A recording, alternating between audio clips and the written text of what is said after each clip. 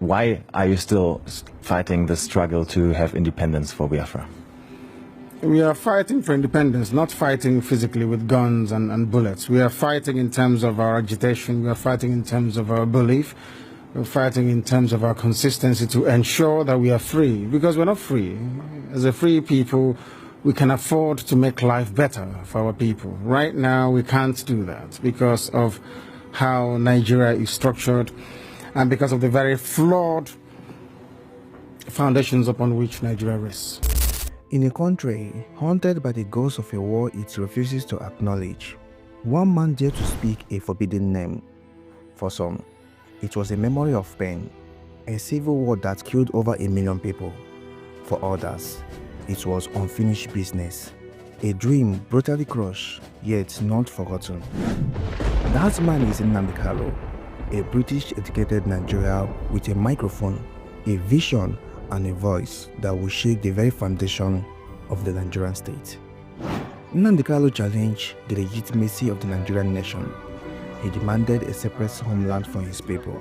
Many hailed him as the messiah of the Igbo nation. Others called him a hate preacher, a terrorist, and a man on a mission to break the country apart. The Nigerian government arrested him. They raided his home. He disappeared, then reappeared, only to be seized again in a secret international operation. Even now, locked behind bars, his name still echoes like thunder. So who is Nnamdi Kanu really? What does he want? And why are millions still willing to die for his cause? This is not a story about one man. This is a story about identity, justice, betrayal, and the boiling point of a nation too divided to heal. This is the story of Nnamdi Kanu. What does Biafra mean? It means freedom, liberty, fairness, equity, and justice. Before we dive into the story, I urge you to please subscribe to my channel.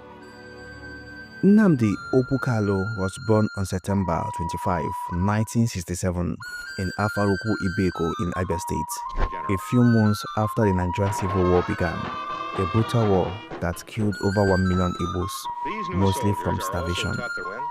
The trauma of that conflict, though not taught in Nigerian schools, live on in the stories whispered by survivors.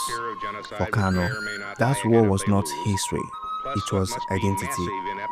Raised in a devout Christian household, Kanu's parents, especially his father, the traditional ruler of Afaruku, instilled in him a deep sense of Igbo pride and cultural rootedness. He attended Library Avenue Primary School and went to Government College Omahia for his secondary education. He studied briefly at the University of Nigeria, Nsukka, before moving to the UK, where he graduated as a political economist. Living in exile in the West gave him something many Nigerians didn't have: freedom to speak without fear, and he used it. In 2012, frustrated by the decades of passive Igbo marginalization, Kanu founded the Indigenous People of Biafra, IPOB, a movement advocating for the secession of Nigeria's southeastern states. IPOB was more than just a group. It was a resurrection of the Biafran spirit, and Kanu positioned himself not just as a leader, but as a liberator. Through Radio Biafra, he delivered powerful utterances accusing the Nigerian government of ethnic cleansing, calling Nigerian leaders criminals, and insisting that the only path forward for the Igbo was independence. His broadcast, streamed online and picked up by shortwave radio, reached millions across the southeast.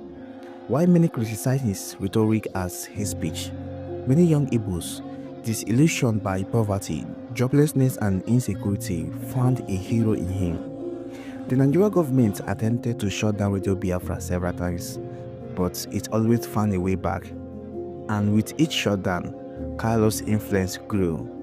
Kanu's pronounced strategy has been the application of civil disobedience, impressing home his demand for the freedom of his people. In various head broadcasts, Nnamdi Kanu stated how his adoption of Martin Luther King Jr. and Mahatma Gandhi's form of civil disobedience will lead to the restoration of Biafra.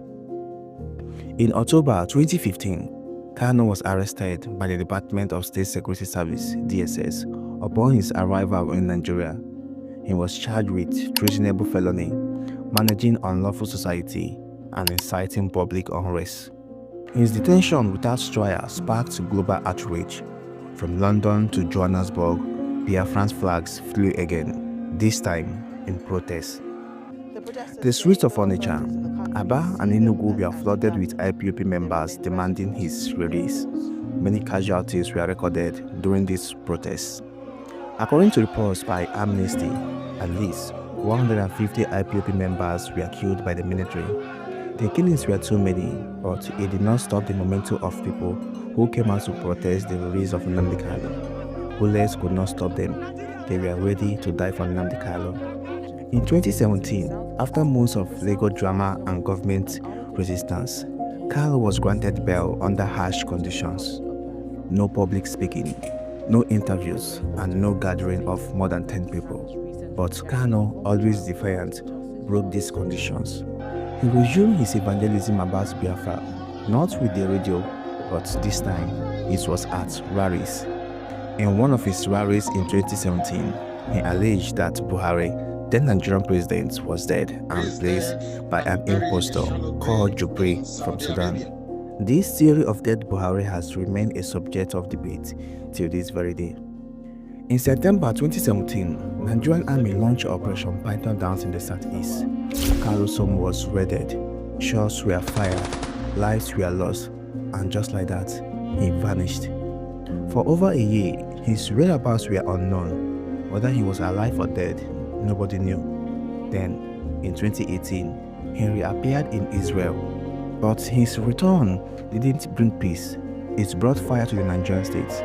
While in Israel, he returned to the radio, preaching about Biafra and psychologically detaching the mind of his people from Nigeria. Sometime in 2020, he launched his military wing, the Eastern Security Network, ESN, an armed group he said would go after the Fulani herdsmen in the bushes.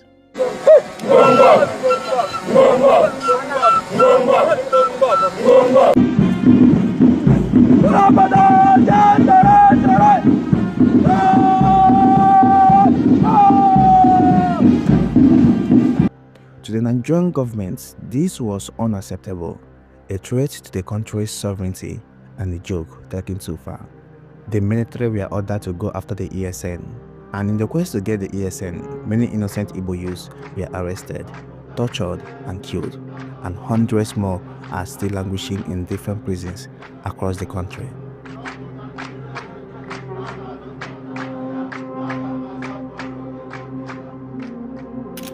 In June 2021, Nigerians woke up to the breaking news that Nnamdi Kanu has been captured abroad and returned to Nigeria. The leader of the Indigenous People of Biafra, IPOB, Nnamdi Kanu, has been remanded in the custody of the Department of State Services, DSS. Authorities in Nigeria say they've arrested the leader of a breakaway independence group. Nnamdi Kanu will stand trial in the capital, Abuja. The details were murky.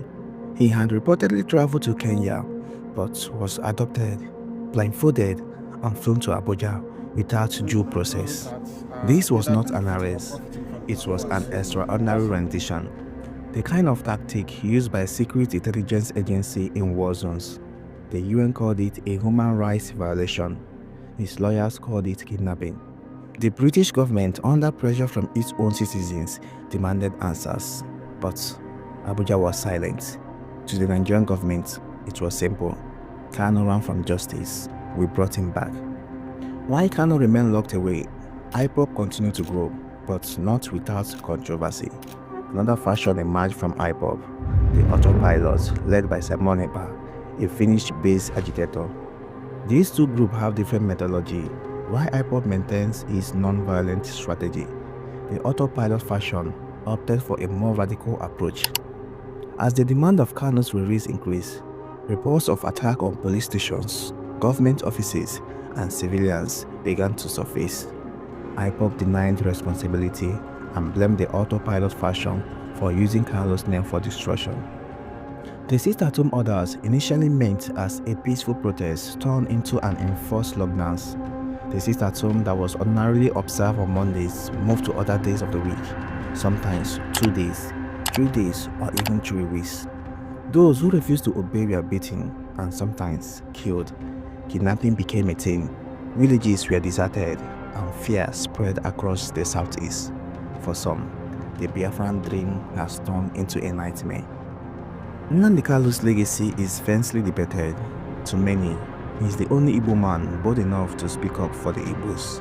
To others, he is a divisive figure whose speeches encourage hatred and provoke violence. Critics argue that Kanu's method risks plunging Nigeria into another civil war, but his supporters argue that peace is impossible without justice, and Kanu is the only one demanding it.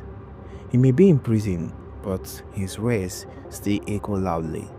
Tell Buhari, that's what I said, that he's mad. He cannot tell me. He cannot tell me. He's a madman. Binta Nyako said today, for the simple reason that she has no jurisdiction to try me. None whatsoever. I came out of courtesy and respect. She stands recused from my case and cannot try my case. The Nigerian government continues to detain Nnamdi Kanu, delaying trials, resisting bails, and cracking down on his supporters. The anger that fuels the Biafran cause has not gone away. In fact, the arrest of Nnamdi Kanu even made it worse, and his people have argued that he is the only one who can negotiate for dialogue. But nobody knows what this dialogue will look like, because for Nnamdi Kanu, it is Biafra or death. Now, is there anything that can happen that will make you change your mind about this particular direction? No. So it is either Biafra or nothing else? Or death, yes. Or death? That's correct. And for the Nigerian government, Nigerians' unity is non-negotiable. Nobody actually knows how this event is gonna end. But regardless of the end, Nnamdi Kanu has proven to be a man of great conviction, a man who has shown without doubt an unwavering love he has for his people. In fighting a cause he believed in, he became a fugitive. He lost his both parents in the process. Now, he lost his freedom too. He has made a lot of sacrifices for the Biafran cause, and this has earned him the most loved man in the East, and the man Nigeria can't silence. Nobody can stop it. I'm not the only one that can stop Biafra from coming. This orchestrated, almost global persecution of the people stops with me. It cannot happen. It can never happen. That is why we do what we do. That is why I do what I do. I am campaigning for the freedom of my people because of the persecution that we're facing. It's as simple as that. Nothing more, nothing less. Yes. Thank you very much. Those keeping me in detention are those that are either benefiting or profiting from this war. That's all there is to it. But I want our people to be very calm. I want Biafra land to be calm. Sure. And peaceful. Calm and very, very peaceful. We are fighting to defend our people. Not to kill them. Yes. We are fighting to defend them. That's why I'm here. Yes. I will continue to do so until we get victory.